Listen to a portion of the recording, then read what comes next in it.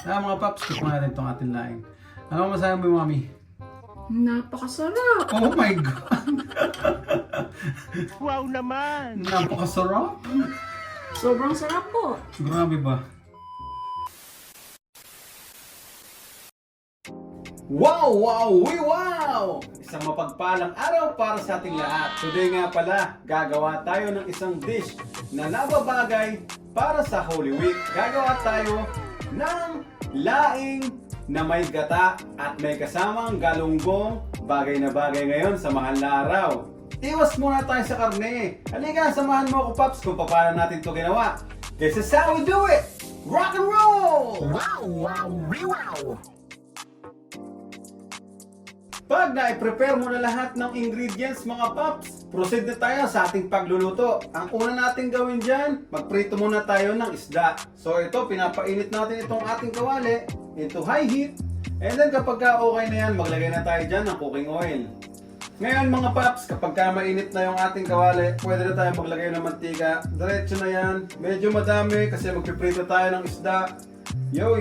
Painitin lang natin ito ng maganda para siguradong luto at malutong yung ating galunggong. Once na mailagay mo na, Papi, medyo iikot mo lang ng dahan-dahan. Maingat na maingat, baka tayo mabanlian. Para lang medyo mabasa yung gilid ng mantik ng ating kawali at naman hindi magdikit doon yung ating isda. And then, we're good to go. Then, ito yung ating isda na gagamitin, no? 1 kilong galunggong, nilinis natin, nilagyan na ng asin, waiting na lang tayo dito sa ating mantika. Okay, lagay na natin to mga Paps, pwede na.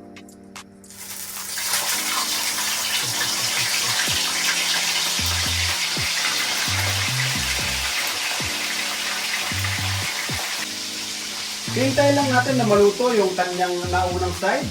And then kapag medyo nag-brown na yan, pwede na natin yan bilingin mga Paps.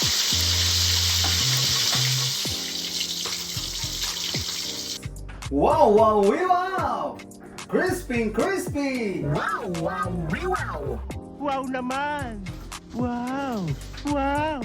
Ngayon naman, dito na tayo sa paggawa mismo ng ating main event, ang ating taro leaves in coconut milk. Yeah! Para dito sa ating next procedure mga Paps, matik magpainit tayo ng isang kaldero, isang kaserola.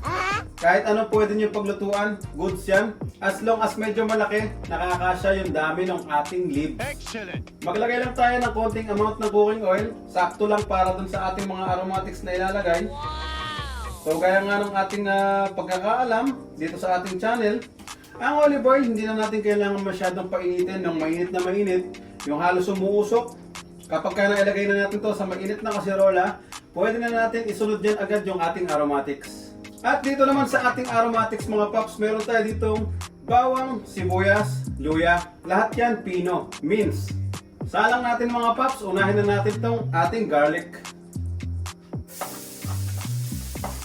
Mild na paggisa lang naman mga Paps. Di natin kailangan pag-brownin itong ating garlic. Tamang mapalabas lang natin yung amoy. Yung aroma ng ating garlic, okay na yan mga Paps. Actually, dahil lahat naman sila pino mga Papi, pwede na natin pagsabay ito. Bahala na silang dalawa dyan mag-caramelize. Pero yun nga, alam problema, sabay na sila, pwede yan. Marami yung nilagay nating luya mga Papi, kasi gusto natin yan talaga yung lasa niyan sa gata. Mga Paps, next ko lang tong patis. Unahin ko lang to kaysa dun sa ibang ingredients. Para lang magkaroon lang ng umami taste itong ating aromatics. Konti lang naman. Mamaya tayo mag-a-adjust. Depende na yan sa magiging panlasa mo. Yung ganyang amount, okay na yun. At least siguro mga 1 teaspoon yung dami na yun.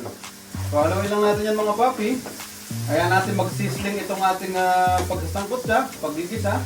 Next ingredients natin dyan mga Paps. Alamang. Bagoong alamang. Yeah! Bakit ako may 2 bote? Kasi itong isa bawas. Itong isa buo. So baka kapusin lang ako. So meron akong reserbang bago. So ito, konti na lang naman yung laman. At least mga 1 tablespoon. Kaya ang kailangan ko at least mga 2 to 3 tablespoon. Pero maglalagay muna ako Paps ng 2 tablespoon. Madali naman mag-adjust kapag kulang. So ayun mga Paps. Ito naman kasi yung pang Holy Week natin. Normally, ang laing naman talaga sinasamahan ng baboy. Pero depende pa rin sa kakain. Eh ngayon, Holy Week, hindi tayo naglagay ng karne. Ang gagamitin natin, isda. Yung pinurito natin galunggong. So, gisahin lang natin ito mga paps, itong ating alamang. Ito nga pala mga paps, ito yung ating coconut milk o yung gata. Actually, ito yung Maggi na powder. Tinimpla lang natin yan sa tubig. Nasa instruction naman kung paano yung ratio ng pagtimpla. Ito nga pala yan, yung box ng Maggi na ginamit natin. Powdered coconut milk ang ating ginamit. Naluto na natin yung ating alamang. Pwede na natin itong ibuhos lahat. Wow naman! Wow! Wow! Wow, wow, wow! Excellent! Ayan, alam mo naman, siyempre, partner kami dito ni Mami. Kaya lang, camera shy eh. Mamaya-maya daw siyang papakita kapag kakakain na. Mami, ito nga po. Lulutuin lang natin to at least mga 2 minutes hanggang pagka nagsimula na siyang kumulo. And then po pwede na tayo maglagay ng ating next na ingredient. At ayun! Kumukulo na nga mga paps. Tingnan natin. Wow! Ang bigat! Woo! Ang ganda ng kulo mga paps. Creamy, creamy! Ngayon naman, gaya ng sabi ko, gustong kumulo na to, pwede natin ilagay yung ating next ingredient, which is yung pinirito nating GG.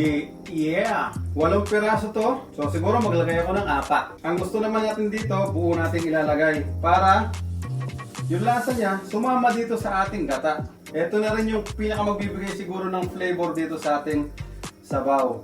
Pero mamaya, marami pa tayong pagpalasang ilalagay. Kaya stay tuned at mag-subscribe ka na rin dito sa ating channel, Pachong Papi! Wow! Wow! Wow! Paps, habang pinapakuluan natin itong ating gata na mayroong kasamang GG, maglalagay na rin tayo dyan ng ating shrimp cubes. Mga 2 piraso sa ganito kadami, okay na to. Ito, shrimp cubes mga papi. 1, 2. Haluin lang natin mga paps para ma-dissolve yung nilagay nating cubes. Wow naman! Then mga paps, bago tayo mag-proceed sa susunod nating ingredient, yung ating taro leaves o yung dahon ng gabi. Meron tayong pamamaraan dyan para maiwasan natin yung kate. Kapag kasi minsan kumakain tayo ng laing, nakakaramdam tayo ng kate, no? Dito sa dila, ganyan. Tapos yung laman, kapag ka nagbabalat tayo niyan, makati sa kamay.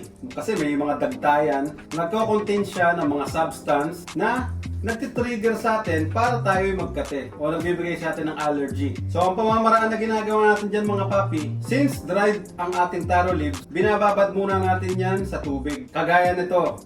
Ito, 2 packet to ang binili natin. Ngayon, ang gagawin natin dyan mga paps, pagka binuksan mo na yan, ibabad mo yan ngayon dito sa ating bowl o kung meron kayong palanggana, babad mo muna dyan at least 3 hours. Ngayon, after ng 3 hours, banlawan mo lang siya ng paulit-ulit. At least mga 5 times ko itong binanlawan, so makasisigurado tayo na malinis. Ready na to.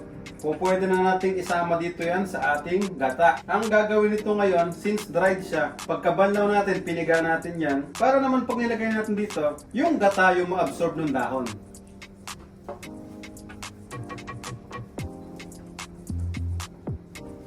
Pagkalagay, hindi ko muna siya haluin. Hahayaan ko munang medyo malanta yung nasa ilalim niya. Pagka napalambot niya yung sarili niya sa init ng ating pinapakulo, tsaka ko siya unti-unting ididip ng sandok. Hanggang sa totally makot na siya lahat. After several minutes, pwede na to. Pwede na natin itong itulak pa ilalim. Dahan-dahan lang kasi baka makalimutan natin na meron tayong isda sa ilalim. Although wala namang problema kung masira, pero kung may iwasan natin, mas maganda, di ba? Yes mga paps, ngayon naman maghahabol lang ako ng gata kasi ang gusto ko dito medyo lubog pa sana siya para hanggang ibabaw sigurado akong luto at hindi ako halo ng halo. So ito, nagtimpla ulit ako ng Maggi, ihahabol ko lang dito. Papi, matagal pa ba yan? Gutom na ako ah. Teka lang mami, wow. Tom Jones lang mami, kaya kailangan maluto na natin to mga paps. Nakita mo mami, creamy. Wow.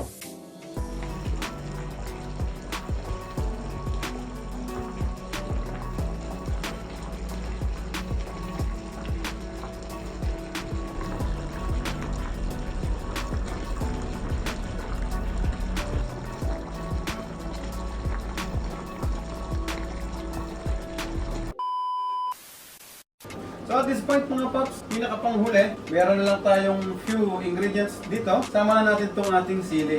Siling panigang, siling green. Hiniwa ko lang ng slant. Yung ganito mga pop. So dapat kanina pa to, pero ayoko siya kasing masyadong maluto dito. Gusto ko yung medyo may crunch pa din. Kaya medyo nag-decide ako na ihuli ito. Hindi na rin ako nagdagdag dito ng siling labuyo o yung siling pula, yung manghang. Kasi syempre, merong ibang nakakain, hindi lang naman ako. At maaari naman ako mag-adjust sa sarili ko. Gawa na lang ako sarili kong sausawan siguro kung gusto ko mas spicy pa. Lalagay ko na rin yung sinasabi ko kanina na meron tayong pahabol na coconut cream. Ito yan, yung pinakapanghuli ko, yung nakalata na. So ito na yung pinakapangpinali natin na pinakasabaw. Para lang mabawi natin yung creaminess. Although creamy pa rin siya. Pero syempre, nagmantika na yon. So naglagay tayo ng panghuli. Ito yung coconut cream natin. Konting luto na lang to. Mabilisan na lang. At this point, ang lulutuin na lang natin dito, yung coconut cream na in-add natin. Meron tayo dadagdag dyan. Ito, ano naman, optional. Meron tayo dito, fresh na hipon.